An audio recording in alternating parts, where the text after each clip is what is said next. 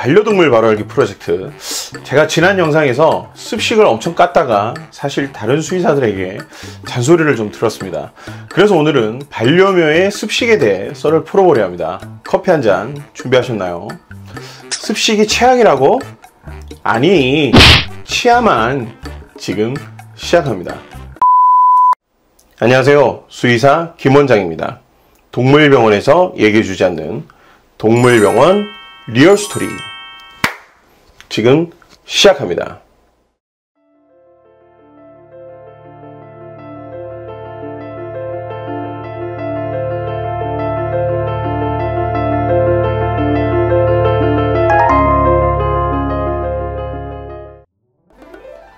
제가 치과 영상에서 너무 습식을 부정하다 보니까 혹시나 보호자분들에게 습식에 대한 반감을 줄 수도 있다는 생각이 들어서 습식에 관한 오해라는 주제로 촬영 계획이 있었는데 주변에서 지난 영상이 습식에 대한 부정적인 의견을 불러올 수 있다는 지적을 주셔서 앞당겨 영상을 찍게 되었습니다. 사실 습식은 반려묘들에게 있어서 건식보다 더 이상적인 식이로 알려져 있죠. 물론 모든 습식이 아니라 균형 잡힌 습식 사료가 추천 기준이고, 고양이의 일반적인 습성, 대부분의 치아가 있는 육식 동물이 가지는 잘 씹지 않고 생고기를 통해 수분을 보충하고 그로 인해 음수를 잘하지 않는 특성과 고양이들이 반려동물이 되면서 건식 사료를 먹기 시작하고 수분 섭취량이 줄어들면서 그로 인해 발생하는 2차적인 질병들로 인해 사실 음수량의 개선이 보호자들에게는 늘 숙제로 남아 있습니다. 예전 영상에서 제가 습식에 대한 오해가 없도록 습식은 치아만 제외하고는 매우 유용한 음식이라고 말씀드린 적이 있습니다. 지난 영상에도 구강관리에 있어 최악의 음식이 습식이라고 말씀드렸지, 모든 건강에 있어 최악이라는 의미는 아닙니다. 꼭꼭 씹어서 분쇄하거나 음식을 절단하면 음식물이 소화효소와 혼합이 더 잘 되는데, 이런 면에서 보게 되면 습식은 이미 분쇄가 되어 있기 때문에 소화에 있어서 매우 효율적인 음식입니다. 그리고 먹기도 편하고, 거기에다 물을 잘 먹지 않아 여러 문제가 생기는 반려묘들에겐 수분 보충에 기회도 만들어주죠.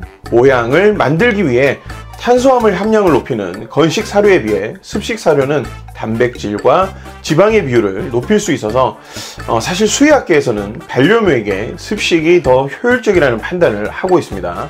그런데 제가 지난 영상에서 말씀드리는 건식과 습식은 사료를 말씀드린 게 아니에요.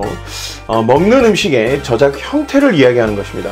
그래서 치과 영상에서는 건식 사료라 하지 않고 늘 적당히 씹을 수 있는 건식이라고 표현하죠. 그런데 일반적으로 건사료들은 대부분 분쇄된 원료를 혼합해서 모양이 만들어지기 때문에 살짝만 씹어도 쉽게 분쇄되고, 이런 류의 건식은 저작을 통한 마찰이 거의 없기 때문에 습식과 비교했을 때 플라그 형성이나 파괴에 크게 차이가 없다는 것이 이미 알려져 있습니다.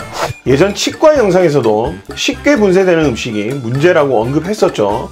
실제로 미국 수의치과협회에 인증된 몇몇 사료가 아니라면 구강관리에 일반 건식 사료는 크게 도움이 되지 않는 것으로 알려져 있습니다. 그래서 제가 건식, 습식, 사료라고 하지 않고 언제나 적당히 씹을 수 있는 음식이라고 말하는 이유가 바로 여기에 있습니다. 하지만 정형화된 사료들은 공인 사료라 해도 야생에서처럼 모든 치아를 사용하게 하지는 않기 때문에 이런 사료들은 구강관리에 보조적인 방법으로 사용할 수는 있지만 우리 반려동물들의 양치를 절대적으로 대신할 수는 없습니다. 그리고 지난 영상에서 소개했던 고양이 케이스는 영상에 시간을 맞추다 보니 정보가 부족했는데, 그 아이의 경우 균형 잡힌 습식 사료를 먹는 것이 아니라 덩어리가 많이 있는 캔 간식만을 급여했고, 치은염과 구내염이 와서 먹지 못하게 되니 보호자가 주사기로 잇몸과 구강내벽 사이에 캔 음식을 주입했고, 그 음식물들이 침착되면서 궤양으로 진행되는 것으로 추정되었습니다.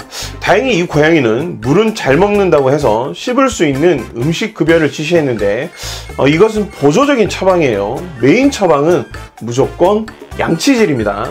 이 아이의 처방은 하나의 케이스이고 그 질병 원인에 따라 처방된 내용이기 때문에 모든 반려묘에게 건식만을 급여해야 하는 것은 아닙니다. 음수량이 부족한 아이는 어쩔 수 없이 습식이 추천되겠죠. 그러면 더욱 양치를 통한 관리를 신경 써야 할 것이고요. 이렇게 상황에 따라 관리하면 되는데, 이런 부분들은 정확한 정보 수집을 통해 수의학적 지식을 바탕으로 판단되어야 하기 때문에 꼭 인근 동물병원으로 가셔서 수의사와 상담받으시라고 말씀드리는 이유도 바로 여기에 있습니다.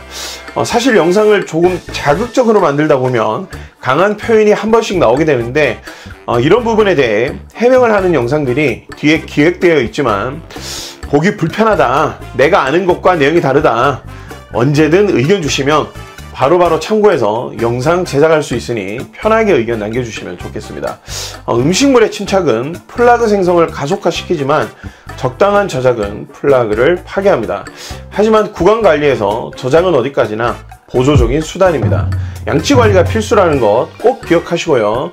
오늘 영상이 도움이 되셨다면 구독, 좋아요, 알림 설정까지 부탁드립니다. 여러분의 궁금증과 의견도 댓글로 많이 부탁드리겠습니다.